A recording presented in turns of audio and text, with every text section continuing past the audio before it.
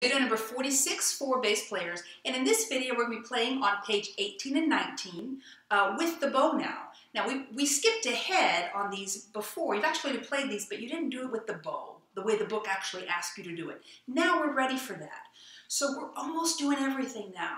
We are reading notes, we are putting fingers down, and we're bowing. Okay, what's left? Rhythms, and that's coming up in the next video. But for today we're going to read our songs from on page 18 and 19. Now these might be easy for you because you already know them, and hopefully your agility is such now from doing the echoing that this won't be too terribly difficult for you. We are going to do some echoing because again I want to continue to increase that agility so that when the harder songs come along, you can do them just like that. Alright, so let's just start with some basic echoing. I want you to go D, E, D, E to start with. They're going to get more complicated with each video. D, E, D, E. Echo me. Go D, E, D, E. Now go E to F sharp, E to F sharp. Do that twice. E, F sharp, E, F sharp. Go E, F sharp, E, F sharp. Now try D to F sharp. Now remember, if you're not hovering, if you got your hands here, it's not going to work for you. If you got your elbow sagging down here, you're not going to sound good. Get your elbow up, not horribly high, but again, it's going to go a little bit below where your hand is. Okay? D, F sharp, D, F sharp. Use the weight of your arm to hold the string down. Echo me. Go. D, F sharp, D, F sharp. Now I want us to practice some shifting stuff. So go up to third position on the G string and do high D, C sharp, high D, C sharp. Echo me. And go high D, C sharp, high D, C sharp. Now do high D, two high Ds, two Bs. Try that. And go high D, shift, B, B. Now do two Bs, two high Ds. Echo that. Go B, B, shift, high D, high D. Now we're going to do B, C sharp, high D, high D. Try that. And go B, shift, C sharp, high D, high D. Sorry, I kind of messed up on that C sharp there. Now go backwards. High D, C sharp, B. Try that. And go high D, C sharp, shift B, B.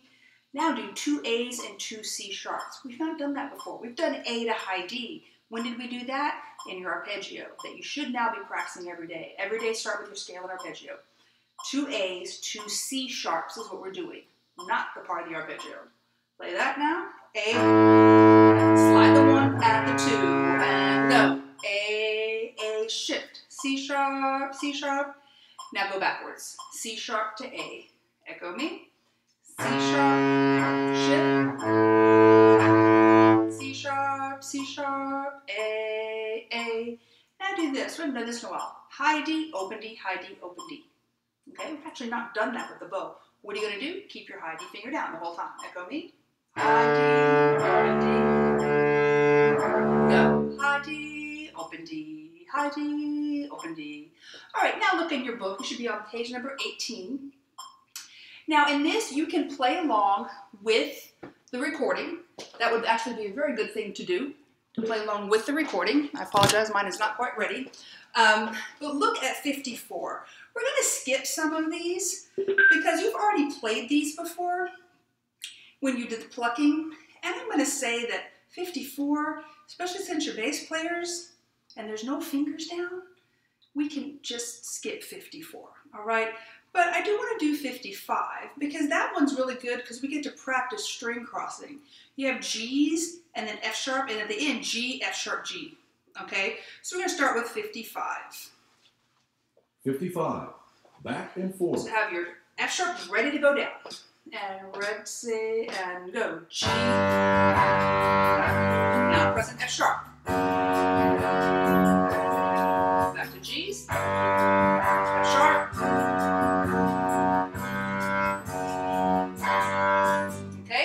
at any point you need to pause and go slower. Remember, Essential Elements Interactive allows you to change that, or you can just simply do it with a metronome. All right, that is fine as well. Go on to 56 now. 56, G's, F sharps, and E's. Whoops. 56. I have my Down F sharp and ready up. to go down. 1, 2, 56, and go. G, and F sharp. Make a tunnel here.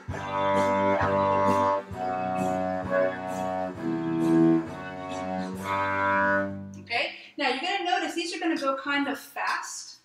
We're playing a little faster than 60 now. It's about 65 on the metronome. So again, if you need to go slower, go ahead. Look at 57 before we try it. 57 has a repeat sign. It has a bow lift. It has a fast bow lift. Okay, the good news is you're not going to have to change strings though during that bow lift. So that'll make it a little bit easier. Let's try 57 now. 57. E finger down. You might remember this from before. Watch that music. Open D. 3 E's. Follow your music. Make a tunnel. Make a tunnel. But you're going right back to F sharp. Now think about the bow lift, because here it comes. And bow lift repeat. F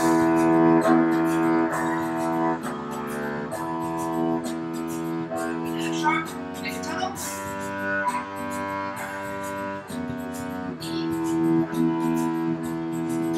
Okay? Pause and redo that as much as you need, because that one is a little bit trickier. For time's sake in this video, I'm actually going to skip 58, but I would suggest that you do go ahead and practice it, okay? Let's go on to 50. I'm actually going to skip 59 as well, because I think with all the prep work we've done with other things, we can do that. Let's go into 60 though. 60, not real easy. This one has some shifts in it, right? Or has a shift in it. And you might remember it from when we learned it before with plucking. You had measure 3 is where people tend to mess up. It's not just because of the shift. People just mess that measure up. Even the violins and violas and cellos mess that measure up. Okay, here we go. Number 60. 60. High D finger down. Elevator down. Watch that music. Read your music. Even if you haven't memorized, read your music. And go. D. Now C sharps. Now think about what's happening. You're going to shift here. Shift.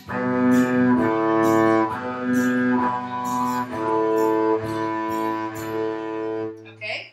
Pause the video and play that as many times as you need to get that right. I need you to be able to play it at that speed. All right, so practice that as much as you need to. Now on 61, again, we have a shift. When should that shift happen? During the rest in measure 2. Always thinking ahead. Always looking at your music and thinking ahead. 61. 61. Elevator up. A finger down. And go. These. Now I'm thinking about the shift, because it happens now.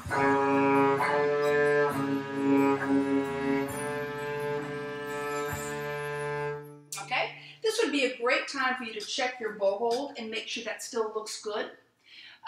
If you need to pause and kind of shake out your hand, that's fine, because this takes a lot of strength. It really does. We are going to skip 62 because you hopefully have done your D major scale already today on your own. You're supposed to be doing that every single day. We are going to go on to 63. I don't think I need to teach you or work with you or let you hear how 62 sounds, because you play in your D major scale every day. Okay, go on to 63. This was the one we talked about before that has the pattern. It's a 2-measure pattern. Remember, there's patterns in music, and the sooner that we recognize the patterns, the easier our songs are going to be to play. Okay, so it goes 3 Ds, and then goes up to E, like it's doing a scale, but it goes back down to D, and then comes back up. Then it goes 3 F sharps, and then goes G, F sharp, G. And then it goes 3 A's, and then B, A, B. All right, it keeps that pattern, does it 4 times, just starting 1 note higher each time. All right, let's try it. Let's try 63. Again, if you need to pause it or go slower, you may absolutely do that. 63. But there's nothing new that you don't know how to do. 1, 2, 63, and go. D. Watch that music. Now what's next? E. Back to D. Look ahead in your music. What's next? Be ready for it. Then make a tunnel here.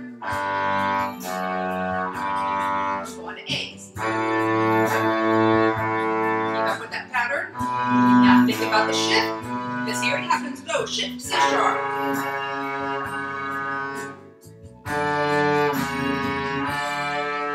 Okay? So, on most of these, I don't have time in the video to do all of them twice because the video would be too long to upload. So what I need you to do now is possibly you could just redo this video again, but I would recommend that you go back and practice all of these. You should practice even after you can play it. Remember, you practice till you can't get it wrong. Don't just practice till you get it right. Practice till you can't get it wrong, all right? And then you're going to be ready for your next video.